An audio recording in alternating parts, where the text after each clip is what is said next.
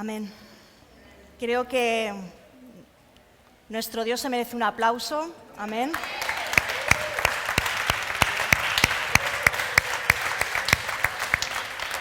Ya no somos esclavos del temor, somos hijos de Dios. Amén. Bien, pues en esta tarde quisiera hablar de lo que es el antídoto para el ser humano, para el gran problema que tiene el ser humano, que es el pecado. Amén. Una de las cosas más duras de la vida son las enfermedades, pero la enfermedad de la que vamos a hablar es la más grave de todas, porque no solo produce una muerte física, sino también una muerte espiritual. Y estoy hablando de esa separación eterna de nuestro Padre, de nuestro Dios. Amén. Y en esta tarde no es que vaya a contar nada nuevo. Me gustaría pues que fuera un tiempo de reflexión, que si en este tiempo hemos estado desenfocados, que nos podamos volver a enfocar en aquel que es nuestro antídoto. Y como voy a hablar del pueblo de Dios, me gustaría que pudiéramos hacer presente ese tiempo y que nosotros nos identifiquemos con el pueblo de Dios y que veamos cómo Dios habla a nuestras vidas. Dios había librado al pueblo de la esclavitud. Les había mostrado provisión, señales, les había mostrado milagros, protección, maravillas. Y el propósito era guiarlos hacia la tierra prometida, pero tenían que atravesar todo un desierto. Y digamos que nadie dijo que esto sería fácil. No me imagino a Moisés diciendo, venga, que todo está hecho, ¿no? Vamos a cruzar el río y se acaba todo. No, hubieron muchas dificultades. Igual que la vida de un cristiano, pues el camino no es fácil, pero tenemos que tener claro que Jesús es el único camino, verdad y vida. Amén. Vamos a leer Números el 21, del 5 al 9. Dice, y habló el pueblo contra Dios y contra Moisés. ¿Por qué nos hiciste subir de Egipto para que muramos en este desierto? Pues no hay pan ni agua, y nuestra alma tiene fastidio de este pan tan liviano. Y Jehová envió entre el pueblo serpientes ardientes, que mordían al pueblo, y murió mucho pueblo de Israel. Entonces el pueblo vino a Moisés y dijo, hemos pecado por haber hablado contra Jehová y contra ti. Ruega a Jehová que quite de nosotros estas serpientes. Y Moisés oró por el pueblo. Jehová dijo a Moisés, hazte una serpiente ardiente y ponla sobre un asta, y cualquiera que fuere mordido y mirare a ella, vivirá. Y Moisés hizo una serpiente de bronce y la puso sobre un asta, y cuando alguna serpiente mordía a alguno, miraba a la serpiente de bronce y vivía. Aquí en el versículo 5 ya estamos viendo un corazón desagradecido. Parecía que se habían olvidado un poquito de quién era el Dios divino, ¿no? De la parte que hacía Dios. Entonces esto los llevó a rebelarse contra Dios. Y mi pregunta es, ¿cuántas cosas ha hecho Dios por nosotros? Quisiera que en este momento tú pensaras cuántas cosas ha hecho Dios por nosotros. Porque entonces, ¿por qué cuando no entendemos algo o cuando no hay una contestación a nuestras oraciones, viene la queja y nos olvidamos de que Dios sigue siendo bueno?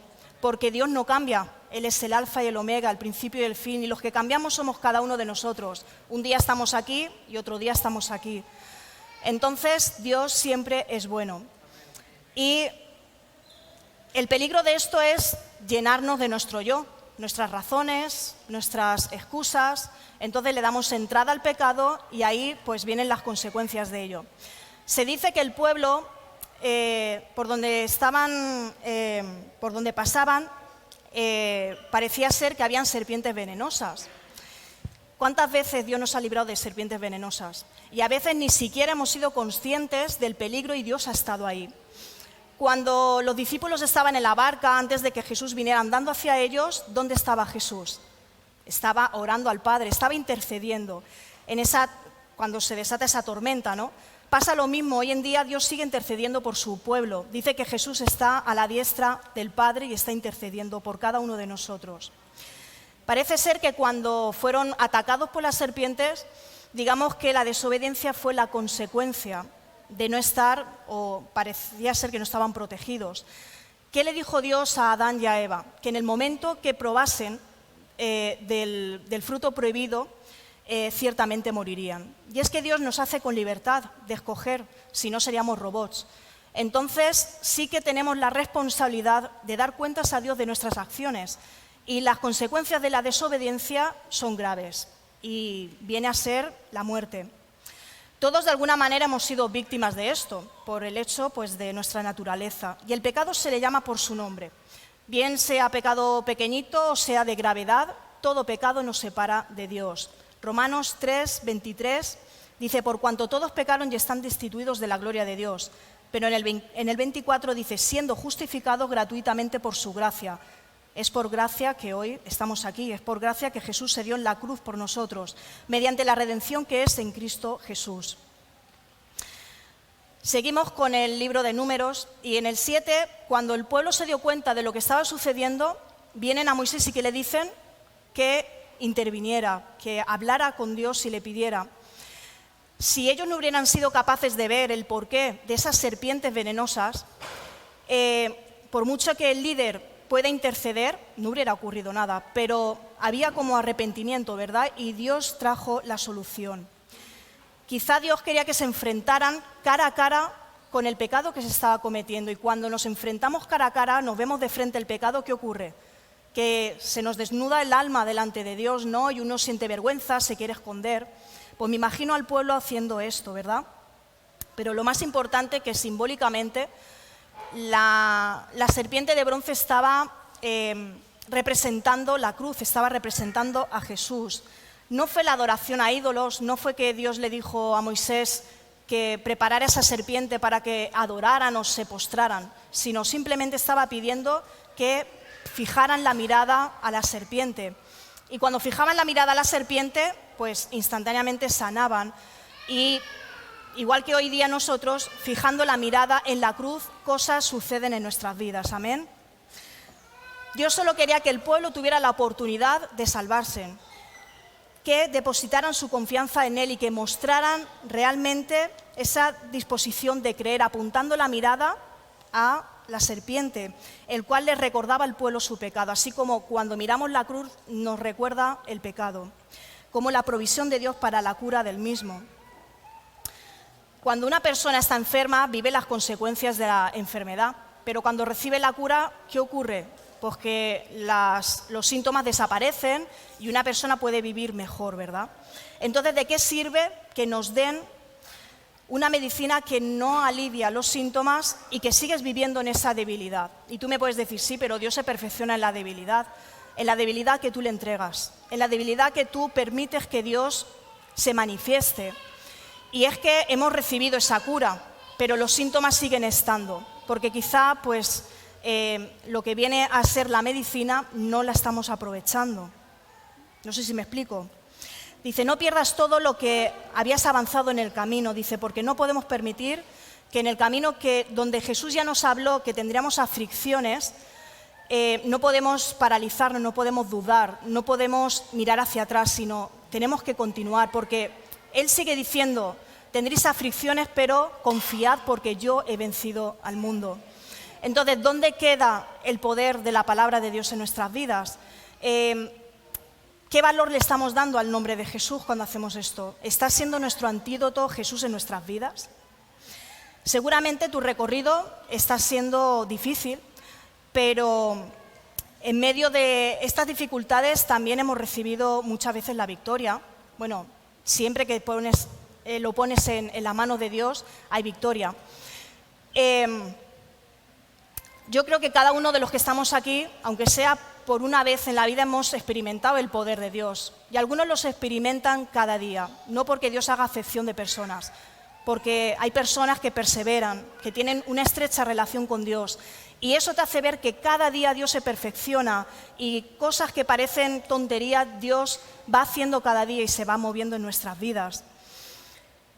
Dice, fuiste prisionero en Egipto, pero Él nos libró. Cuando hablamos de Egipto, hablamos del mundo. Cuando venimos del mundo, hablamos que venimos con ataduras, vemos que venimos con prisioneros de uno mismo, pero Él nos ha hecho libres de nuestras cárceles interiores.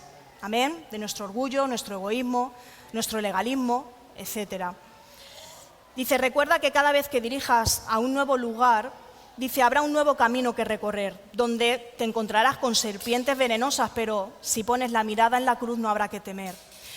Yo en este fin de semana, pues experimenté algo, para mí fue un reto. Con 20 años que tengo el carnet de conducir, nunca me había puesto en carretera. Nos fuimos a Ciudad Real, 4 horas, y tenía que conducir, sí o sí, me tocaba conducir. Toda esa semana fue una semana de incertidumbre, fue una semana de ansiedad, de pesadillas, pero porque mi vida no estaba enfocada en la cruz. Estaba enfocada mis oraciones en mí misma, en mi ego, en mi orgullo, como queriendo torcer el brazo de Dios hasta última hora para yo salirme con la mía. Pero en el momento que yo me dispuse a poner el pie en el acelerador y en las manos en el volante, supe que no era yo la que conducía ese coche. Cuando puse la mirada en la cruz, pude ver a Dios glorificarse, pude sentir paz, pude sentir gozo, y cuando ponemos la mirada en la cruz, todas las cosas cambian y es Él el que lo hace. Isaías 54, 17. Dice, ninguna arma forjada contra ti prosperará y condenarás toda la lengua que se levante contra ti en juicio. Esta es la herencia de los siervos de Jehová y salvación de mí vendrá, dijo Jehová. De mí vendrá, dijo Jehová. Dios da por heredad el cumplimiento de sus promesas, dice, a los que tienen por heredad el cumplimiento de sus mandatos, y uno de ellos es la obediencia. En Juan 3:14 dice, y como Moisés levantó la serpiente en el desierto, así es necesario que el Hijo del Hombre sea levantado.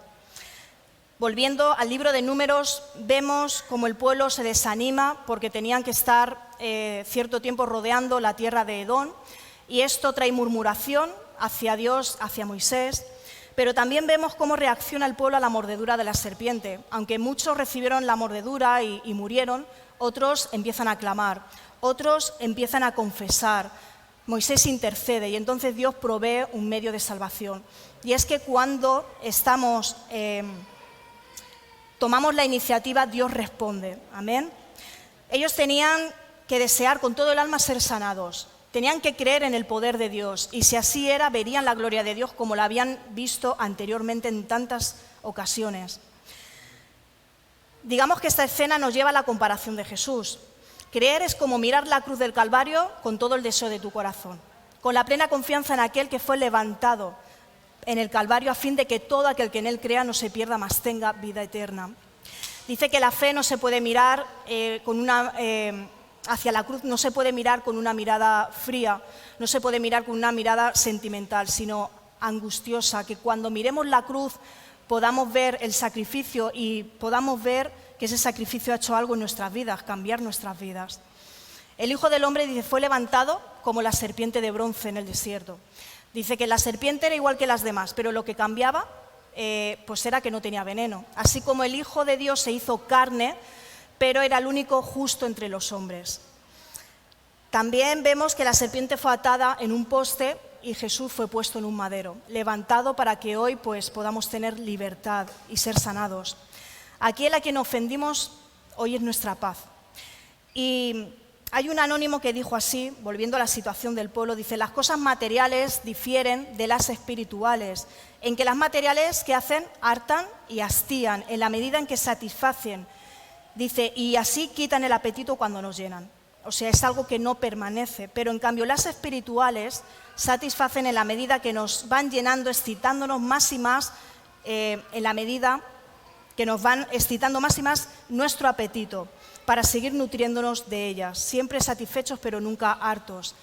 Las cosas espirituales, o sea, tenemos que nutrirnos de la palabra, tenemos que pasar tiempo con Dios porque ese apetito tiene que ir a más y tenemos que estar hambrientos de pasar tiempo con Dios. Digamos que los israelitas eran soberbios porque creían pues hacer las cosas mejor de lo que Dios les decía o les hacía. Pasa lo mismo con nosotros, muchos intentamos buscar, probar, saborear las cosas que nos da el mundo, las cosas que nos ofrece la sociedad, en lugar de nutrirnos del pan de vida que es Jesús. Entonces, ¿qué ocurre? Nos desviamos de Dios, nos dejamos del maná, no nos alimentamos de él, y ahí recibimos la mordedura mortal de la serpiente de este mundo, el veneno del pecado que te lleva a la muerte segura. Y cuando hablamos de la serpiente, del veneno, puede ser malas decisiones, puede ser pues que no estés desenfocado de lo que Dios te está hablando, o puede ser que espiritualmente estés anémico, te estés secando. Cuando el pueblo regresa a Dios para ser restaurado y liberado, ellos reciben la sanidad cuando decidían mirar hacia la serpiente, porque eran aquellos que se sentían enfermos, que podían ver claramente que es el veneno, ¿no?, en sus vidas. Pero no era para aquellos que se creían estar sanos o que creían no necesitar de mirar hacia la serpiente y se sentían aptos para ser libres por ellos mismos. Y esto tiene que ver con cuando uno se siente justo, cuando cree no necesitar de Jesús. Pero ¿qué ocurre? Que hasta que no vemos la necesidad de Jesús en nuestras vidas, nada puede hacer, no puede haber un cambio en nuestras vidas, porque Él es el antídoto. Amén. Dice que así como la mordedura de las serpientes, que producen una herida insignificante en el cuerpo del que lo sufre, pero que la mordedura no deja esperar, sino es inmediato. Pasa lo mismo con el pecado. Hay personas que creen que el pecado en sus vidas es insignificante y tardan en ir a Dios, a ser restaurados, a ser libres, porque piensan que sus vidas están bien. La picadura puede ser pequeña, pero lo que ocurre es que de inmediato pues uno empieza a secarse, empieza a desligarse de Dios. Jesús dice es el remedio para aquel que se siente herido por el pecado, aquel que se angustia, que está intranquilo, que piensa que su vida ya no tiene sentido, que no hay un remedio para él. Así hay bastantes personas que viven sintiéndose abandonados, despreciados por esta sociedad, sintiéndose incapaces de poder tomar decisiones, pensar, condenados por el mundo o por ellos mismos. Estas son las personas que andan de espaldas a Dios, porque, como bien dice, la paga del pecado es muerte. Y en la paga del pecado, que es muerte, esa esperanza es un dolor eterno que tiene como nombre infierno.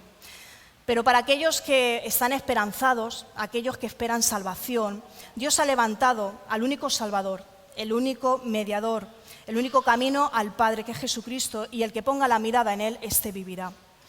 Dios ha provisto de un tratamiento eficaz para el pecado del hombre. Aunque para esta sociedad es una locura, para los que miran con fe es poder de Dios. 1 Corintios 1:18, porque la palabra de la cruz es locura a los que se pierden, pero a los que se salvan, esto es en nosotros, es poder de Dios.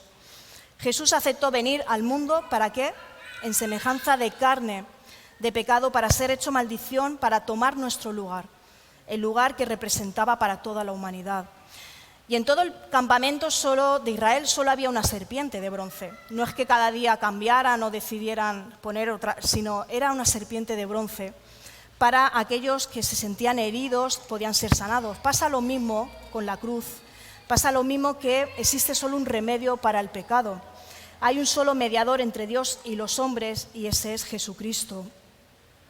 1 Timoteo 2:5, porque hay un solo Dios y un solo mediador entre Dios y los hombres, Jesucristo, hombre.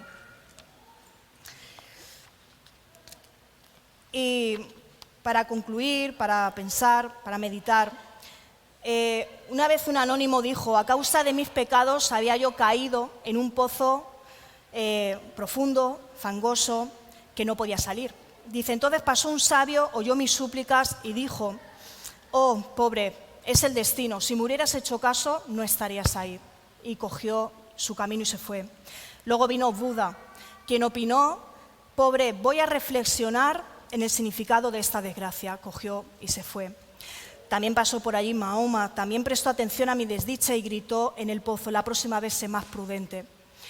Y se fue. Pero vino un hombre llamado Jesús, que entró al pozo, me levantó y me sacó de él. ¿Qué quiero decir con esto? Que muchas veces en el Evangelio vivimos el nombre de Dios como una historia, una leyenda. Muchos no creen que hoy en día se pueda levantar un Pablo, un Esteban, un Pedro, porque nuestra fe es así de pequeña.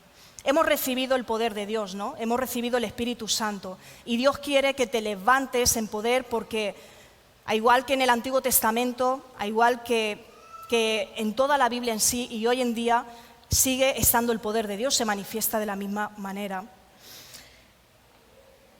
Digamos que para la gente del mundo también el nombre de Jesús pues quizá se usa para pintar un cuadro o para pintar una figura o para escoger una canción, pero para los que hemos escuchado realmente la voz de Dios, hemos sido redimidos, para aquellos que hemos recibido el perdón, Jesús es el todo por el todo. Es el único, aquel en que caminamos, en que respiramos, es aquel que te levanta cuando te caes mientras otros intentan derribarte. Dice, no hay ningún otro nombre dado a los hombres. Entonces, ¿quién sale en busca del hijo pródigo? Jesús. ¿Quién te levanta, quién te anima cuando has caído? Jesús. ¿Cuándo te anima cuando estás frustrado, cuando estás en medio de dificultades? Jesús. Y el que te dice camina porque no estás solo, ese es Jesús. Y termino con Hebreos 10, 37 al 39, porque aún un poquito, y el que ha de venir vendrá, y no tardará, mas el justo vivirá por fe, y si retrocediere, no agradará a mi alma. Y esta última parte deberíamos de aplicarla, pero nosotros no somos de los que retroceden para perdición, sino de los que tienen fe para preservación del alma.